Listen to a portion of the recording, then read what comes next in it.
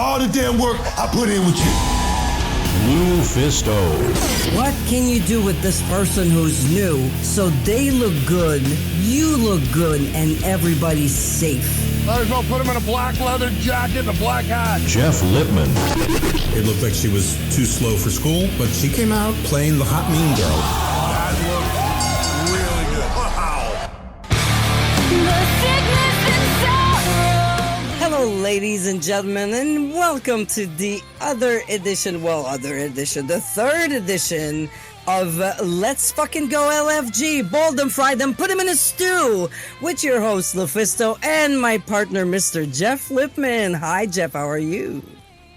Good. How are you? I've had quite a week where I've been overwhelmed and don't feel like I've accomplished anything, but I did watch LFG and I took extensive notes. Oh, did you? So we're here for 3 hours.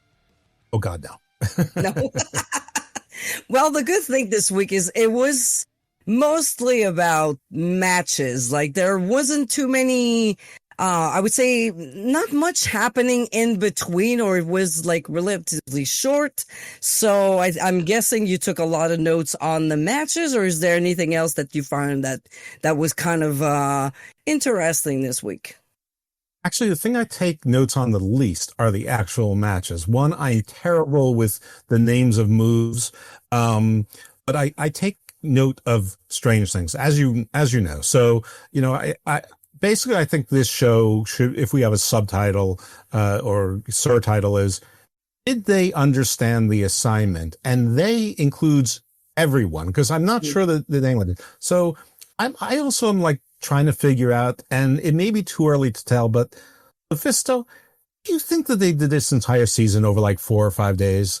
Because I'm looking at the clothing and I'm seeing a lot of shirts and outfits being repeated. Either that, or they came in with one suitcase and they had to use the same thing over and over again. They had to wash their clothes every 2 days. That's another possibility. You're right. And they do have basically interns there who can run and get their dry cleaning. So Shawn Michaels comes in his speech and he's always wearing that like monotone, like sort of gray tan shirt, like he's on a safari, but not quite on a safari. And he gives a speech and he's basically talking about looks. And I guess the what was supposed to be organic is that Elijah Holyfield's not wearing a shirt, and he flexes, and Bubba says, show them why you're going to win this thing. And he flexes. And the man's a specimen. He's huge and compact at the same time. I mean, I hate to bring up this name, but it reminds me of Benoit body wise, you know, in that he's not that big, but he is that big. Short, stocky, very solid, like a little rock. Exactly. And basically Shawn says this week is about new looks and you must evolve as a character. And so the coaches, you know, we went basically to, I think what's going to happen here is we're not going to see all of the contestants every week. They're going to break it up, which they started last week, which is good and bad. But the coaches, I guess in the matches they're booking their talent with, they're sort of cross-coaching the other people's talent as well. So that was the stuff I took notes on and where it was interesting. And who really took the assignment to heart and things that coaches say. So I count on you for the matches, really, not just because I'm being lazy, but because you know what you're talking about. Well, you take a lot of notes of the things that happen in between or little details. And of course, for the matches, I will say that's the part where I take most notes, because it's funny how it's a lot of things that I will repeat myself, or it's things that I will hear during seminars or other people when I watch them teaching. The same kind of subjects always come back. And one thing that really stood out this week for me was Bubba said, when he said, Booker thinks that there's a side of me that is definitely heelish, that he wants me to dig deep and pull out. Now, just curious, if I see you give her a Bronco Buster and then hit the ropes and give her a Bulldog, why do I hate you? The objective for Serena was to be a heel. What emotion are you going for? For them to not like Right. to be healer. That's likable. Remember, your job is to be hated. Cool moves don't make me hate you. The intent of being a jerk makes me hate you, I simplified for the ladies so they can go in there and do what they do well. If you're telling me, Bubba, I'm going to set the tone in what I do earlier, that by the time I get to the Bronco Buster and the Bulldog, they're not going to like me, it'll work. All right, I'm with you. He gave me a lot of advice, but more than anything, Bubba just pissed me off. So, in some ways that helped me just dig deeper and to find that anger inside of me. Why do I hate you? Because a lot of people want to do the cool moves. And when you're a heel, it is not the assignment. And that's the right word. The assignment is for you to have people like hate you, scream at you, so they want to cheer for the babyface. As a heel, you have like kind of a double duty of having people hate you and make people love your opponent. A babyface that has a lot less experience that's going to work with a heel who's very experienced, it's going to be an easy job if the heel does his work like perfectly, because all he has to do is for people to hate him, they will love the other guy automatically. If the person sells well, has a lot of fire, the job is pretty much done. You don't need to do much. And you like the heel sets the tone first. That's something else that Bubba said, and I thought that was really nice that he spent so much time saying that. And it was Serena. She was quite upset because she had all of her ideas in the mind, and he kind of stopped everything. It's like, no, you're doing it wrong. And then like she was pissed, but she had the great attitude of thinking about it and go back and do her homework. Yeah, Booker came up to her as well and said, Serena, be the heel. And I guess the lady Xena and Serena was sort of game planning the match. And Serena wants to do a Bronco Buster, and then she wants to do a Bulldog. And Bubba's like, what's going to happen if you do that? They're going to be excited. And then Booker sort of strolls over, and Bubba goes, what happens if you do the spinneroonie? Goes, the crowd loves me. Goes, do you do that as a heel? No. And Bubba's like, what do you do when you're here? He's like, you punch and you kick, and you're slow, and you want them to hit it. If you want to do a Bulldog after you set that up, I'm fine, but don't do a bunch of high flying moves. And he's basically said you have to set the tone. Mm-hmm. And I thought that was really impactful. Also, Booker talking to Tatiana at some point, he said to her at some point, do what you can do. You got to box a little bit, meaning you got to keep your footwork, not so happy feet. But he said, do what you can do 10 out of 10 times. And that resonated with me, because a lot of these folks, there's not much they can do 10 out of 10 times, but what they can do, they do it well. And then you build from that. It was, obviously you can comment on this conversation with Tatiana, and then we can move on to some of the others, because sort of the discussions get smaller, but maybe the impact is just as large as the show goes on. I do think so, because, you don't need to have a lot of moves to have a match.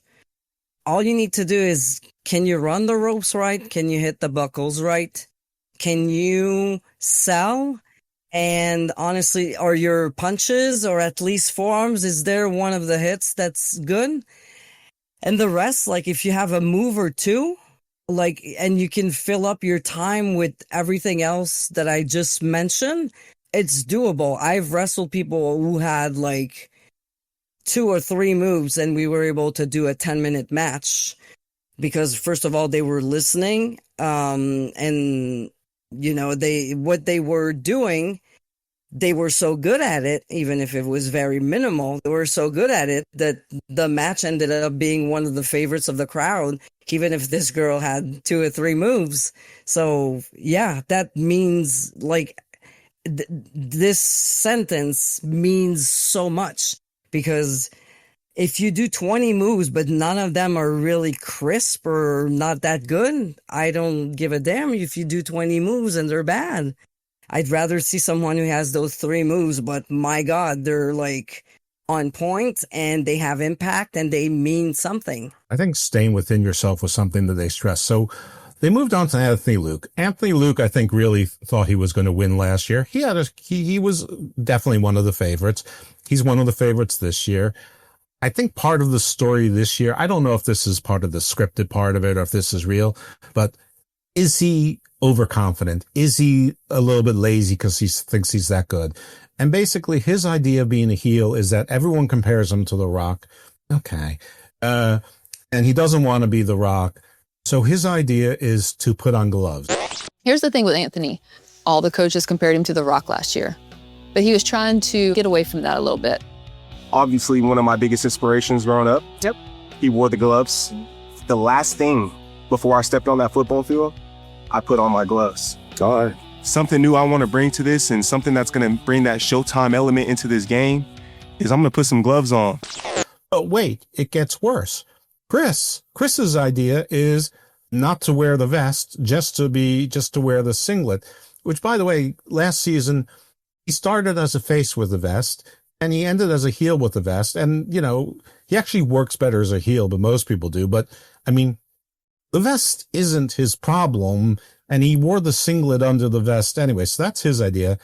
Now, Elijah, who seems to be a bit of a thinking man, really no surprise given his family, is like, I'm going to be the heel. I'm going to do more stalking, and I'm going to have a whole new moveset. And it's like, well, damn. I mean, normally, you know, it almost sounds like we're arguing against ourselves when we said earlier. But last year, he was in the Performance Center for, it was like 1 week or 1 month before it started. So, of course, he's been in there much longer. And so now it is time for him to do more things. Shiloh, he got his tooth fixed. His gum was getting infected, so they put a false tooth in there. And that seems to be the only thing that he's changed or he's planning to change. Lou, my question, and I actually typed it this way, is what would you have told them to do differently, or what kind of ideas would you have had? Well, you know, changing like a piece of your equipment or your gear that changes is not a major change. Like it always reminds me of somebody's heel. They will enter the ring wearing sunglasses, and when they're not, they don't have sunglasses. It's the only difference. It's the same move set. But no, like, there's a difference between being a heel and a face. You're not gonna walk the same way. You're not gonna work the same way. A baby face has more fire. It's faster usually, and has more energy. And a heel, it's methodical, it's slow, everything is slower, everything is more cocky, and a heel's always scared. You'll never see a baby face run away, but a heel, you should be scared, whoever you are. Like, you can be a tough guy, but then when something happens, like, whoa, like, you're scared and you run away. It's all like little difference that makes like the whole, it's a world of difference. And yeah, wearing or not wearing something is not going to do anything if you don't change attitude behind it. If we want to get into the matches, actually, the first match I think was a great example of what to do.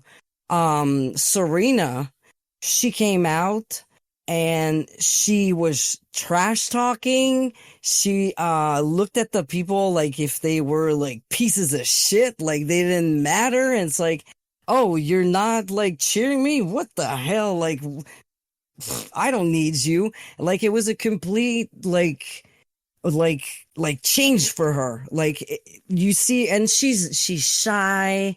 She's more of a quiet kind of girl. And now, like, she was like, it felt like she was like as confident as Shawn Michaels would have been. New gear, all red, wasn't as colorful and sort of, you know, playful as before, was a little more serious. And the way Summer Sorrell came in sort of as the mean girl, like the audience was like beneath her, like she was snotty. She had that attitude. And Xena came out, and frankly, it was the same entrance, the same look, the same mannerisms, and she's also the favorite, and she came out exactly the same. Now, I have to believe that they said come out exactly the same for exactly this kind of criticism, but let's assume it wasn't. I mean, did she do anything differently? I mean, did they seem much different to you? I mean, obviously Serena looked different and she acted different.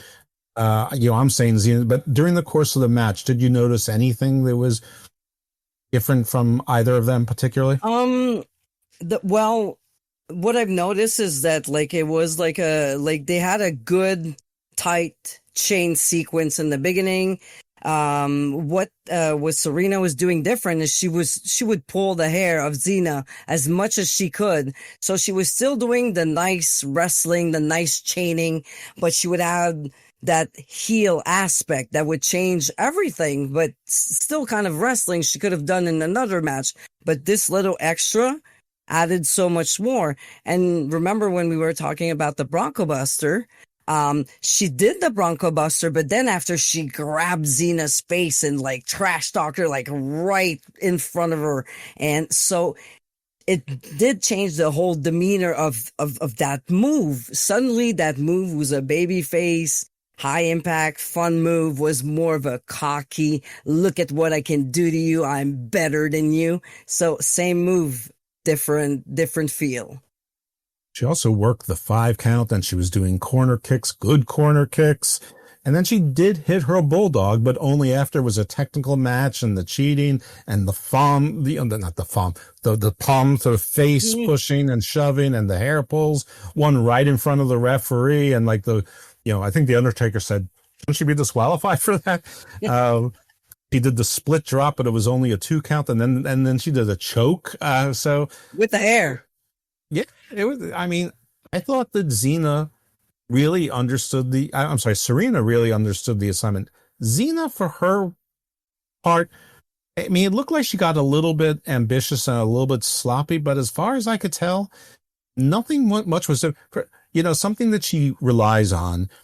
She likes to sell, but she always, whenever she does a clothesline, she sells it hurts her elbow. Mm-hmm. Every single time her left arm, it acts like it hurts. Okay, every time you give a clothesline, you don't hurt yourself. If that was the case, you wouldn't do a close. If someone's working your arm, then you do it. But of all the things that Serena did, I don't think working the left arm was a major aspect of it. She seems to use that as a crutch. When she doesn't know what to do, she sells her left elbow hurting. She did a power slam. They called it a power slam, and they said, I don't think I've ever seen it. I don't think it was a power slam. I think it was just sort of picked her up, sort of like, sort of how you pick your dog up to like your waist level. And she just sort of turned around, almost like, Jeff Cobb's Core of the Island. She's doing it a different way. That's why they say modified. And I don't even Undertaker said, like, I don't think I've seen this before. And I don't think either. It was something unique, which is good. And I mean, no, she didn't have anything really different. But as a babyface, I can say she had a lot of fire. Like she would get the people behind her and cheer. And so that was kind of good. I like that they use a little ope spot and a double move. So they were both down before a little comeback. And, most important for me is that Serena cheated to win. That's the main thing here. So, the question is how much, Bubba's training in a negative way works with people that are starting in wrestling. That's really the way I've learned, where like, it was just like negative reinforcement nonstop. And many people quit because they couldn't take the criticism. And others were like, including me, like, oh yeah, I will show you. It doesn't work on everybody. But here for Serena, like I said, like she was so pissed off that she wanted to prove him wrong. And it worked for her. She did a great job. She clear as day that she was the heel, cheated to win, cheated throughout the whole match. She was a standout for me. I have a question for you about That's okay. Your cat's welcome. Third co-host. Nothing wrong with that. Especially since the name of the show is sort of like a witch's incantation anyway. So there should be a cat involved. Everyone knows that Bubba is nasty, and that's sort of his thing, is that to get into people's faces. And I'm wondering, is that just shtick now and it loses its impact, or is it different when there's a 6'3", 300-pound man in front of you who's a legend in that circumstance? Doesn't matter if you know it's a shtick because it's happening to you. It's like the difference between seeing Full Metal Jacket and being on Paris Island. Like I said, it depends of people. It'll work on some students, and on some others they'll call you a bully, and that'll be the end of it, instead of seeing it as prove me wrong type of thing. And I mean, there's been like terrible coaches, like negative and throughout wrestling history, but I mean, for me, it worked. I wanted to prove people wrong. I didn't like when people told me I couldn't do it, but I would say that in 2025, maybe not the best way to, with social media, it doesn't take much for people to get the wrong message, I would say, of what's the purpose of it. So, yeah. Especially when there's 3 other comparisons right there who have a different style. And I mean, they're all extraordinarily successful. All right. So our next match is Tatiana versus P Nasty. And I mean, Tatiana came in with entirely new gear, an entirely new entrance. She sort of came in, crawling like almost like a snake cat kind of thing. And that was a whole different look for her. P Nasty looked the same, acted the same. Now, listen, she's intimidating. She owns her character, but they told them all to do something different. I mean, neither one of them seemed like a face here. They both seemed like heels coming in. Yeah, I was going to say I was like, who's the heel? Who's the face? I feel they're both heels, and usually heel versus heel never works because you don't know who to cheer for.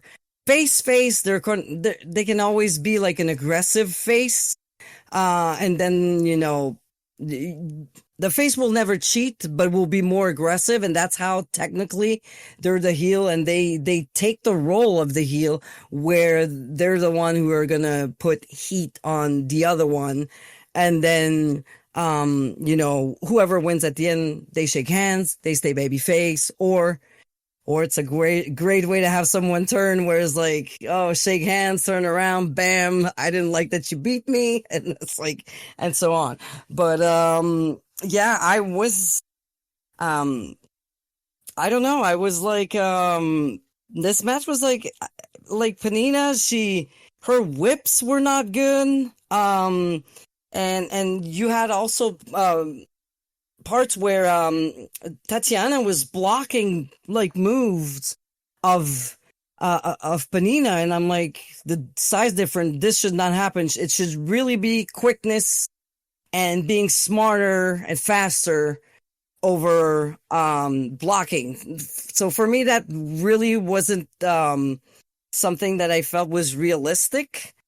And she kicked out, I won on the Samoan drop, and I was like, wasn't that what she used as a finish last week? And yeah, it was her corner work was too fast. It wasn't for me the best showing either of P Nasty or Tatiana, though. I liked what I saw, meaning I would keep that gear and I would keep that entrance, and I would try to work a little bit more on that. She has something, but it needs some work. Yeah, she tried. I mean, she heard the assignment and she tried. The thing about, I mean, this whole segment was confusing to me because they both came out with a lot of aggression, but the match basically was slow and plodding. It ended with a spear win for Penina, which that adds to the list Penina, who does a better spear than Jey Uso, on the list with the other 1,000 people who do better spears than Jey Uso. This is opinion. And then after the match, they had really high praise for each other. I'm going to say she knows how to talk, so communicate during matches. And, she really lays her in. That's what most girls are scared of doing here. And that's how it should be. It should be a real fight. It should be two girls going at one another, fighting for an opportunity. That's what that is here. Which, I don't know. I mean, they haven't really gotten along so well, so maybe that was like, now they have respect for each other. Yay, that's good. It's fine that they think the match was better. I didn't. But the judges seem to think that the match was better. I'm wondering how much of this is edited out. What did I miss? Or if I missed it, what the hell are they seeing that I'm not seeing? Well, they see them train every day, so I'm guessing they have a much better perspective than you and I. And it's always it goes back to the editing too. It's like, was there more to this match that we didn't see? Was there less, or less, not less, but I mean, what we saw the play, was it edited in a way that it looked as good as it actually was to the eyes of the coaches? I don't know, but I also wrote down that there was a push in the ropes and it was so sloppy. It was like, oh, that hurt. But yeah, that was not my favorite match. No. I think you fought a good, aggressive match, Penina. I like the new spear. I like the attitude. I like your presence. I like how you carry yourself. And that's why my point goes to Penina. And next one is Anthony Luke against Chris Island. Luke comes out, he's calling him Showtime, and he's got the gloves. And then we get to Booker and Michelle, and Booker's like, ooh, he's trying to be like me. And he's like, and I hear Book say, he goes, ooh, that's not going to work. And then Michelle McCool, she's trying to be positive. She's like, oh, well, he's trying. It's new. It's different. He put on gloves. He put on, and like, he wasn't even doing like the Michael Jackson one glove. He had a pair of gloves on, and they were like a strange color. They were like a pale blue. It wasn't like, so I don't know if he couldn't find gloves in the right size, whatever it was, but he didn't think it through. And then Chris comes out in the singlet, and Booker immediately doesn't like his body language, which, by the way, is something, if folks remember to the other episodes, I said last year, Chris seemed like he was a little bit oversensitive. Like, he's got all the tools except in his head. He's mentally, I'm not so sure he's tough. He's not weak, but he's very modern, and kids, he'll fight you on the things that he can't win the fights on. Like, he won't back down on sort of like things about feelings as opposed to what's going to make him better. Anyway, Luke was being heelish. And when I say it's Anthony Luke, so I'm just saying Luke. But Booker said he's being lazy in his execution. And, once Booker said it, I could not unsee it. He wasn't laying stuff in. Chris had a nice combination of moves there towards the end. He had like 4 or 5 moves. It was a really nice sequence. And then Anthony Luke sort of did like an eye rake, but it was a clumsy eye rake. Then he did a chop block. The chop block was good, and he did a Showtime finisher for the win. It was okay, but I mean, this match was better than P Nasty versus Tatiana, but not much. Everything in wrestling has to be bigger than it actually is. If you're going to punch someone, you're not going to go from body straight forward. You're going to crank that arm all the way back, and you're going to pivot your whole body, and that punch is going to go all the way up front, right to your opponent. Everything needs to be bigger. And Anthony, that was my main problem. Everything was like small. And that's why, I think that's why Booker T kept saying he's working lazy. He's not like exaggerating everything so it means something, so everybody can see it. Everything was like small. So that's something I really notice as well. When it comes to the famous gloves, I kind of got what he wanted to do, because he was trying to incorporate some football drills and what he was doing, like the way he went up the stairs. It looked like those football runs, and he did the little steps, the side to side steps. And he said that the gloves remind him when he was playing football, when he put the gloves on, the show was on. So I get the idea. It's just that if you're going to do that, wear more than just a glove. Come in with your helmet and your shoulder pads and do the whole gimmick, do the drill, go up, then take off your, everything you have, wrestle. And at one point, why don't you use the glove as something like Mankind used to do with Mr. Sacco when you're going for that, I don't know, let's say he uses a hard punch, puts the glove on, boom, then the glove means something. But at least the whole football drill idea, is right as soon as he crosses that curtain. Gimmick. It's right there. He's a football guy, and that's what that was missing. He had the gloves, and he was wearing like a speedo, like kind of like so it was like, yeah. Nobody can tell me that they don't have WWPC like football style jerseys, mesh jerseys right there in the room, and more pads and things like that. So you're so spot on that. He just could have put like the tape on or the underneath his eyes, under his eyes, something more. Yeah. I miss the football thing entirely because, listen, it may be what modern gloves look like, but to me, those look like, honestly, like gloves you wear when it's raining and it's a little bit cold and you're wearing like your London fog jacket or something. It didn't look like Under Armour, Velcro down, strap down athletic gloves or weightlifting gloves. So I miss that entirely. And yeah, I saw him do those moves, but Shiloh does those moves. I mean, half the folks do those exact same moves. So half of them football players. So. Yeah, of course. But now it makes sense in hindsight, but it didn't distinguish it for me because others did it, and I miss the. See, that's why it's good. It's really good that you're here to note that because that one went straight over my head entirely, and I don't know. There's some expression like the evil machinations of low expectations. It's almost like there's something opposite here for him. It's like it might be the poor execution of high expectations that is what we're having here. Anyway, our next match is Shiloh versus Elijah, the main event. Rightly so. This was in the NXT studio. The NXT crowd was there. And Bubba has a special spot for him and The Undertaker. And, they got that mezzanine balcony sort of place where the spotlight is, where people cut promos. And they're standing up there watching it with the spotlight on them on the balcony. And basically, I mean, this match was good. It was fine. But the best part of this thing was hearing Bubba and Undertaker. And basically, they were having a love fest with each other. I mean, it's like, you're really awesome. No, you're really awesome. You're really great. Oh, your coaching is so good. No, you're really good, coach. That shirt looks really good on you. Oh, thanks. My wife picked it out. No, it reminded me of Drew McIntyre's promo last week where, oh, you hang out first. No, you hang out first. No, you hang out first.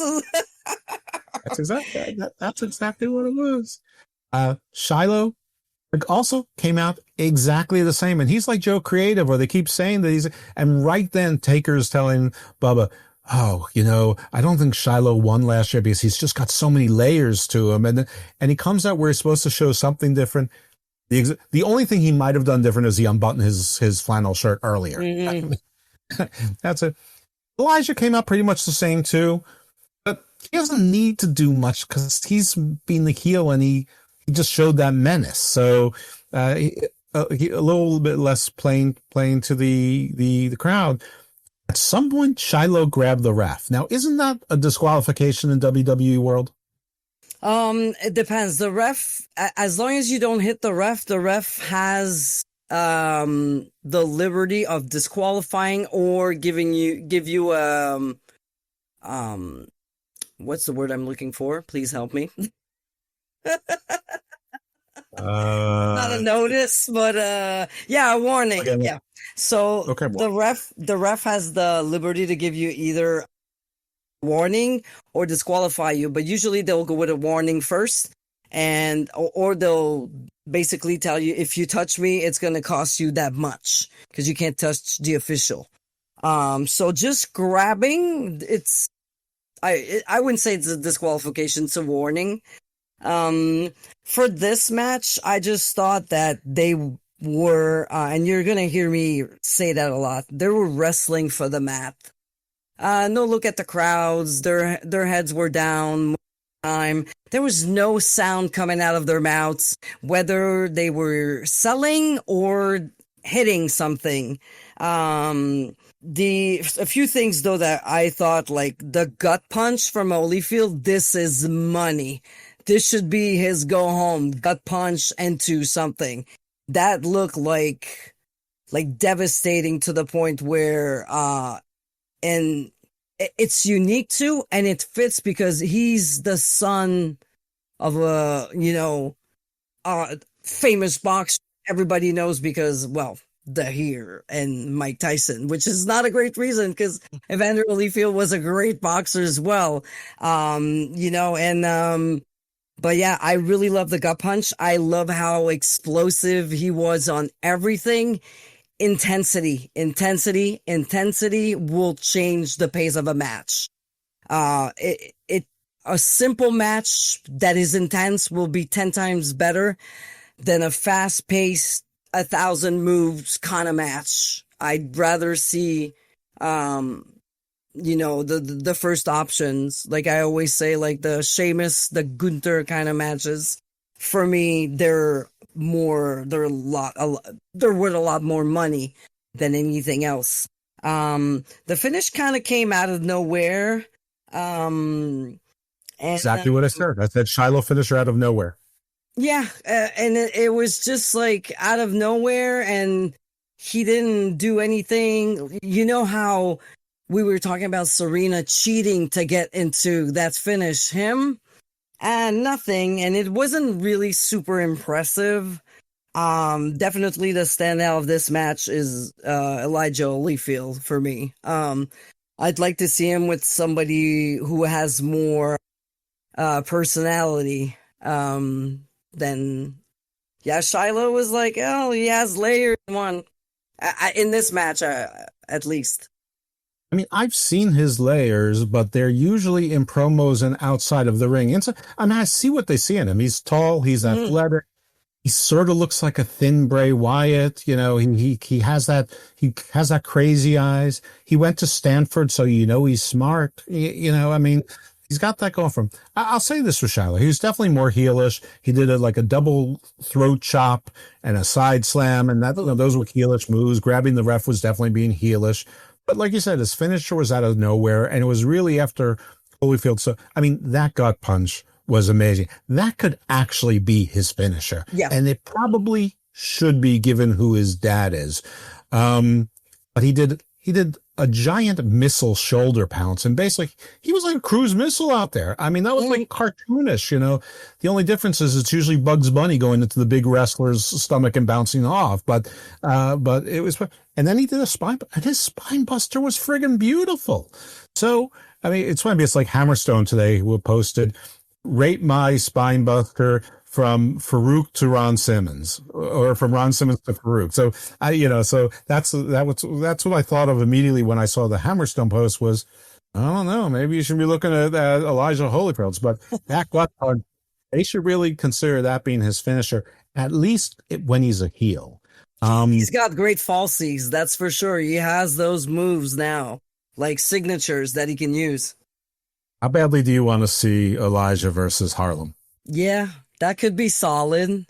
But as it's been 2 weeks in a row that I've been saying, man, Harlem need to change something about his style, need to change something.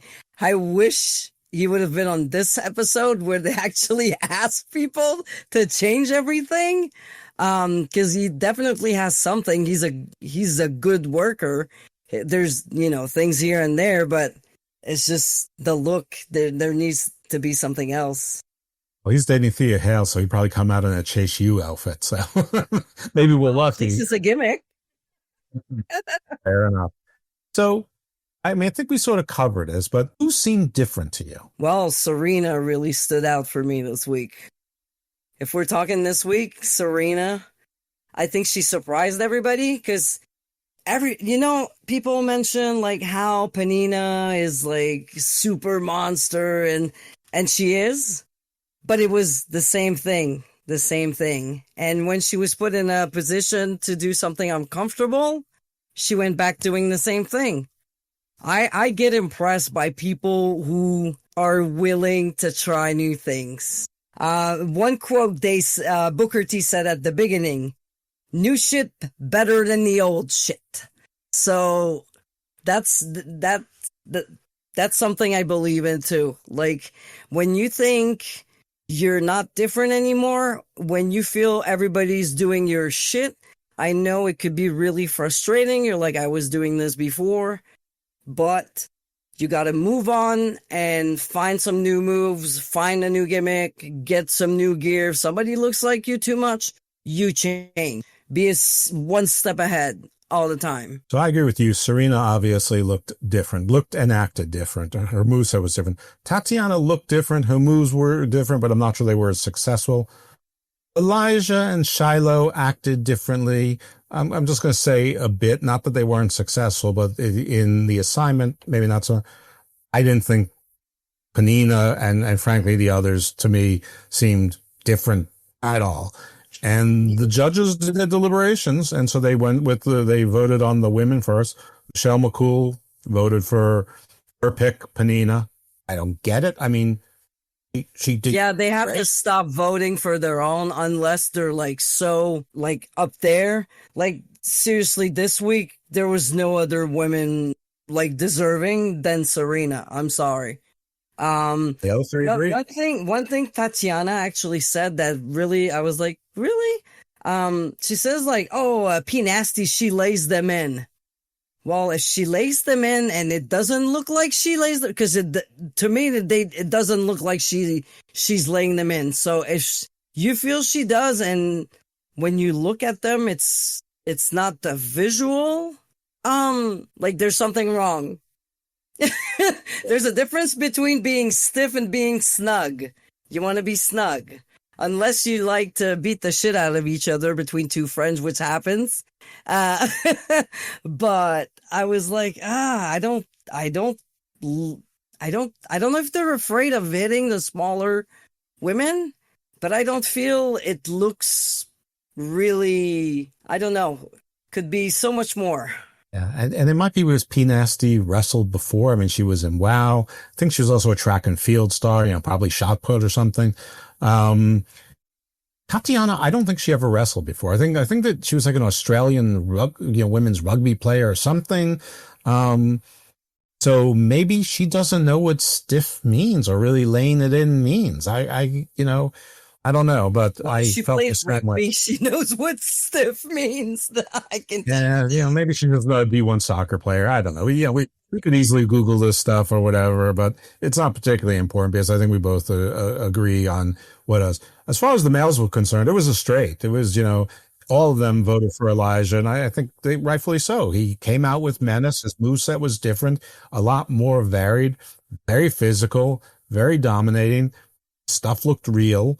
Yes, he looked like he knew what he was doing. I mean, it all around. And now we have, the old rivals again. Team Booker with 2, Team Taker with 1, and Bubba on the board with 1, not with his prize, Xena, and Michelle McCool in the spirit of Mickey James, starting with 0. Serena seems to learn to appreciate Bubba's, sort of hard method of teaching. I'm not sure how true that was. She didn't seem as upset as she was talking. Maybe she just doesn't put it on the outside. Mm-hmm. Shiloh, maybe the best part of the whole show, other than Elijah's performance, was they're eating pizza. The back and his fake tooth fell out. So it's like fate telling him that tooth is not that's the thing. It's got to be out. At some point, Bubba said to Xena, "How does it feel to be the favorite and nobody here thinks you're going to get the point?" Something like that. I don't see it yet. She's a beautiful blonde girl. She's athletic, but I don't see the it yet. Maybe it's because I didn't see the whole season 1, but I feel she's very similar to other people I see right now on TV or I've seen before. You know what it is about her? I mean, she's good, she's beautiful, and she's big and strong. And like when she does a lat spread, it looks it. And I like her character, and it's quirky and funny, but it doesn't feel to me like a WWE superstar. It feels like something that you do in smaller promotions to get really big, and then you come to the WWE and get repackaged as Jade or Bianca or Rhea Ripley. But she needs to find her unique identity, because right now she's doing the lat thing like when Raquel Rodriguez was a heel, at NXT. And she has that nice pinky kind of dress. not Tiffany Stratton like, but because Tiffany's more into like sexy lingerie type of gimmick. It's like a Cinderella. It's like a fairy dress. Yeah, you go but to Disney, it was you can like a cheap fairy dress. Well, sure. It's like a girl's costume. Like if you go to Disney and you have breakfast with it's those costumes you can get at Halloween at the Halloween Spirit. Yeah, no, I agree. I mean, I like her, and I liked her last year, and she does clever things like she fakes that she's tying her shoelace, but then she trips her opponent, but it's like always the same thing, and that's fine. That works. I mean, Mr. Iguana always does the same thing. Orange Cassidy always does the same thing. Danhausen always does the same thing. Mr. Iguana. Yeah, I mean, Santino always does the same thing. I mean, that works in wrestling. I'm just not sure. Like, does she want to be a comedy character? Does she want to be like, she's a little bit big to be a comedy character. She's good. She's all over the place. That's the problem. She needs to find that one thing and stick to it. And she calls herself the oxymoron. So it makes sense. That's the thing. She knows her character. That is her character. It just doesn't make sense to me unless it's like something like Chikara, where it's like, we know this is fake fighting, and wink, wink, you know it's fake fighting too. Whereas we know it's fake fighting, they know it's fake fighting, but we're supposed to all pretend it's real while the show is going on. And she doesn't feel like she's pretending it's real while the show is going on. It does feel like, like if you go to medieval times and they tell jokes while jousting. There's a way to make it work, though. You could be funny. You can be. I was a Japanese anime from months. But when the bell rings, I was really tense and I was very aggressive. And when I came out, I looked like a cartoon coming out of a freaking book. But bell ring, everything was serious. And I would do funny things in between. Because the in between is so important. That's where you put the character. But the wrestling part was serious. So you got to find that balance. So maybe it could be multiple personalities. Who knows? That could be a gimmick. Maybe that's what she was trying to do. Maybe she was trying to be aggressive and serious, but she doesn't know. And maybe she hasn't practiced it. But all right, listen, I'm not going to root against her. I mean, even. Oh, no, definitely not. I just think she should try to find that one thing and work on it.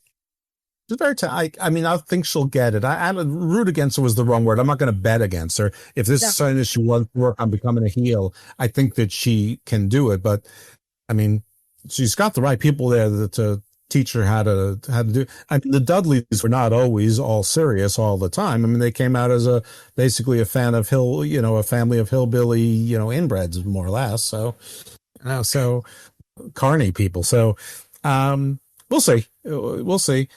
As far as the show is concerned, I found this episode to be a little bit underwhelming with some diamonds. Well, it was more matches, and at least there were like two standouts, like in Holyfield and Lippman. But yeah, I can't wait to see the other one to see if they're gonna do something different.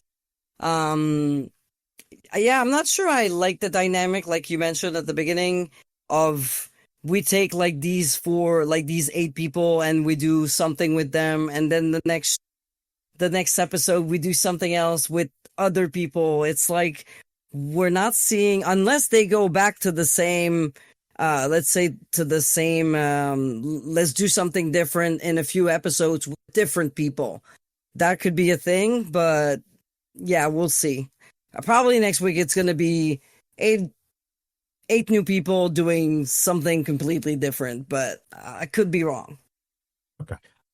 Because I'm talking to a living legend and a trailblazer of women's wrestling, I feel like it would be podcast malpractice not to ask you your thoughts on Evolution 2. Lack of build-up. Good matches. Like, looking forward to some of them, but definitely, I think besides the 3-way between Becky, Lyra Valkyria, and Bailey, there's not much build. What's her name? What's her name? Wow. I mean, I was like Trish Stratus. Trish Stratus comes in And I'd like to, and Tiffany goes like, I'd like to give you a match. It's like, oh, thank you. The end. She's Canadian. Oh, well, very polite. but it's like, my God, like you had months and months and months, and apparently the ticket sales are like, it's showing.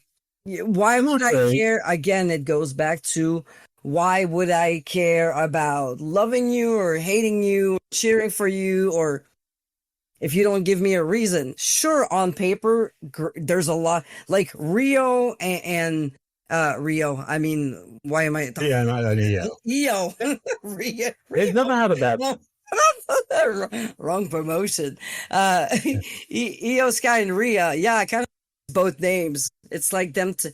It's like Benifer with Jennifer. But yeah, Rhea Ripley and Io Sky is going to be great. We know that. Like, they create magic together, but like Io Sky hasn't been defending or champion. What she did defend, like what, once, twice? I think this is her first title defense, like since the rest. And she's going to lose it? I hope not, but I wouldn't be surprised because Rhea's money. But it would be boring. Well, I don't know if it'll be boring or not, but I don't know. I feel like Io's going to be one. I mean, it's not going to be boring, but people are going to be complaining. Yes, but the IWC is going. I feel like in-ring wrestling fans that we find on Twitter love Io. I think 95% of the people who buy tickets are there to see Rhea. Oh, she gets one of the biggest pops. It's like this week I laughed my ass off because people were like, you read online, it's like, oh, Jey Uso this, Jey Uso this. It's like, okay, who's back at the top selling t-shirts? Yeet. I was like, okay. Exactly. Hey. And you start going yeet and sell your shirts. Go for it. Go yeet. Go for it. If Jay has a problem with him, let him come collect his issue. I'm actually excited about. He's laughing all the way to the bank. As he should. Because there's a lot of money. the only one complaining is his father, who's constantly complaining. I'm excited. I mean, Tiff and Trish is, that is what it is. Legend, whatever, passing the torch. We assume. Rhea versus Io, I think that's going to be a great match. Maybe the Kabuki Warriors get involved and you have a, sort of a damage control without the Gaijins in there, and extend that out a little bit. They are going to be in Perth, I think, later on this year. I think it's Crown Jewel in Perth this year, which is weird. JC Jane defending against Jordan Grace, who... And I believe Jordan Grace is also facing Masha Slamovich at TNA. So she might be going in to be a double champion. Or Masha may be a double champion. I mean, Trick Williams has been holding a TNA men's champion. Maybe it's time to return the favor and continue Jordan's frustrations. I don't know. And I like JC Jane. I liked her in every act she's been with. And I also like Fallon a lot. I like Jasmine Nix. Guess how she looks. I mean, I don't know if her Pele kicker is good, but I don't know if she can wrestle or not. And I don't care. I like the 4-way tag team match. I know that something's gone between Soul and Zarya and Soul will probably eat the pin. I like everyone else. I don't think Judgment Day loses those belts anytime until Liv comes back for that. But, the story with Alexa and Charlotte is interesting. By the way, Charlotte's going to be the guest next week on LFG. And the preview that we saw, she's like, I'd love to tell you that you're all going to make it, but you're not. Love it. And she's right. I mean, it is what it is. Just like in hockey and other sports, there are great, awesome players out there who never get the chance to go anywhere. It's not because they're not good. It's just that there's a limited amount of space, and depending what they need at that very moment, you might not be it. Yeah, it's true. But I do think of all of these folks continue their path and make it as far as Evolve or NXT. They can have careers in wrestling. Maybe not long careers, maybe not in WWE, but they can have careers in wrestling if they should want it. I mean, we both know that Elijah Holyfield is not being let go. They're going to keep him. And They would be crazy too. Yeah. I mean, unless he Kerry Von Erich's unless, yeah. Yeah.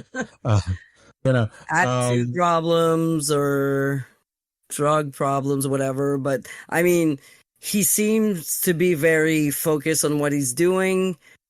He looks very well behaved. So, and you know, focused on his training and, you know, pushing his own limits. So, yeah, I feel, and he's in a very good place to learn and not to get bad habits. From what little I know about Evander Holyfield, although he's been a public figure for close to 40 years of my life, they seem to be a family of deep spirituality and deep discipline. And it shows in his body. I mean, the guy looks like a Greek god, except Greek's the wrong word for it. Maybe we'll say a Sudanese god. I don't know.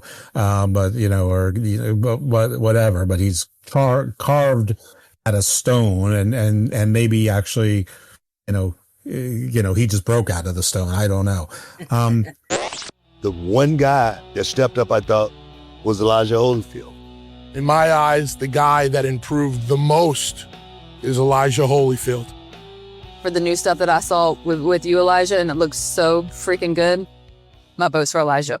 Another thing on Evolution, I'm a sucker for a battle royal, and I think we're going to get some surprises in the battle royal.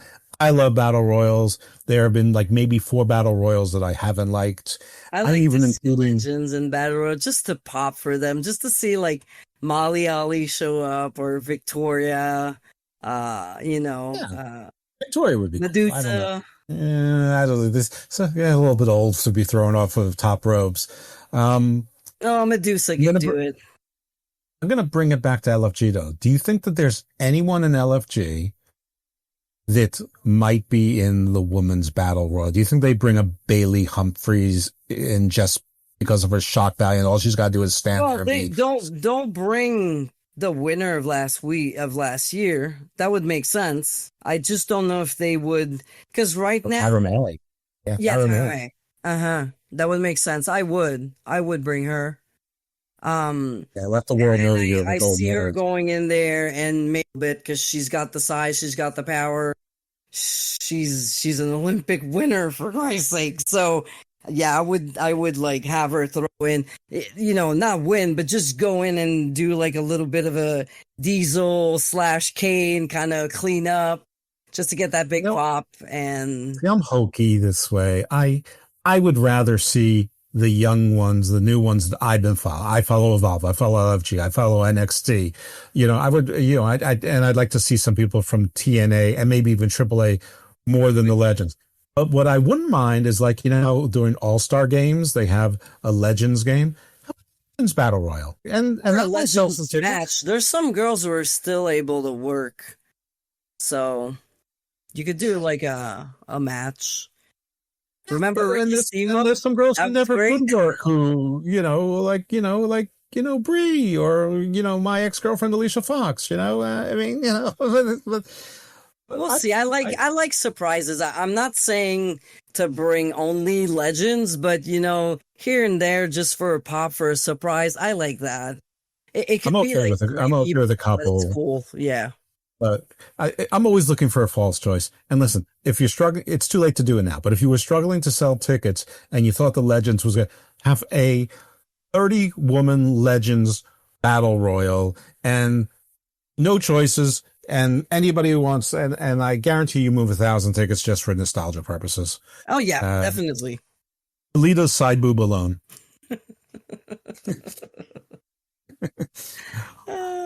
And with that, we're off there. No, with that, we're canceled. And that, no, come on. No, but we'll be back next week for another edition of Boiled Them, Fried Them, Put Them in a Stew. Because there's a wrestling soup and there's now the wrestling stew. That's right. I love that. I love that for wrestling stew. For there to be wrestling stew and wrestling gazpacho and wrestling slide salad. I'm all about themes and silly branding. So I'm glad that somebody else agrees. All right. So listen, this is a little bit off topic, but if anybody is interested in authentic, one of a kind Soviet era war maps, contact me and I will get you the email where you can purchase them directly from Latvia. It is to support an independent journalist, podcaster who is a friend of mine and has been on my show several times. And actually, this is how he makes it. And he's so legitimate that they've tried to assassinate him at least 2 times, and state security actually lived upstairs in his building for a number of months. And he had to actually leave to go to the Netherlands for a while because he was under threat. So could use the money. God damn. Yeah, this is real life. And it's one of the kind of stuff. Anyway, if you want to follow me on the X at @dose_evil, please check out the Wrestling Soup and Friendos feed, because that's where you're going to find Dose of Chocolate. Marie Shadow shouted us out there, but you said Wrestling Soup. Thank you for trying. But Wrestling Soup and Friendos, it might have another name, but Wrestling Soup and something, that's where we are. That's where Dose of Chocolate is. Thank you to Wrestling Soup. Please support them. Join their YouTube. Become a Patreon if you can. And even if you can't and you need to steal a $5 from your mom's wallet back like when I was 15, no, don't do that. And it was last week. No, I'm kidding. I would just take a $5. Yeah, and support all the other shows. The Drew Yar Experience. I'm sure he's thinking about texting me right now to say, "Hey, are you going to do the NXT Great American Bash review show with me, Jeff?" And the answer is yes, Drew, I am. And the Alleged Wrestling Podcast. I've got their hiatus show, the Spitball Media, Tooneytown Wrestling, Pro Wrestling Time.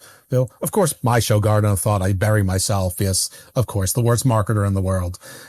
We just interviewed Vicious Vicky Renudo on Gospel of Thomas, so that'll be your next show. And next week we're talking to Leo Fox, who's a former war veteran and a few other things as well. So that'll be pretty interesting. And I don't know. If there's anything I forgot, just follow me on the X, and then believe me, you'll be sick of it quite quick. And you can follow me on Instagram at LuFisto, Hearts and Pro Wrestling. It's facebook.com/LuFisto, at LuFisto on X, and also follow my promotion, Women's Wrestling Syndicate. Join and subscribe to our YouTube. We just started to release the matches from our June 22nd show. Our next event is September 14 on a Sunday. Her main event is Lou O'Farrell versus The Mountain, Vanessa Craven. And much more action to be announced. But yeah, check out our YouTube. We're adding matches. The next one will be released not tomorrow, the day after, which will be Thursday. Well, Mish asked if there's any indie darlings I'd like to see, and of course the answer is I'd like to see LuFisto. I would like to see her added to the Battle Royal. If she is not an option, obviously I have to go with Shazza McKenzie, who is like the only other female wrestler that I can call like a legit cyber friend. So I will go with that and support the people who are good to me. I think it'd be super cool if it was, Shotzi Blackheart. I never should have been. I just saw Shotzi this past Saturday. Yeah. I'm the only one who's got she gave me a picture to put in my office. It says, "Jen, I love you. Keep farting." She's so cool. And if you could ever get her to be on my show, you're so cool. You're cool anyway. I'd love to see former Xia Li. I don't know what she's going by now, but she's in TNA, so it sort of makes sense. I thought she got a bum rap. She's a unique performer, but I don't know. There's so many people. I don't want to. There's the Nikki Blackheart, which is so different to look at. But WWE does have sort of those. But she looks like if Jordan Grace and Paige Voltroned. But she sort of seems to be a new Bozilla, comes to mind. I don't know. But yeah, no, LuFisto and Shazza, those are my choices.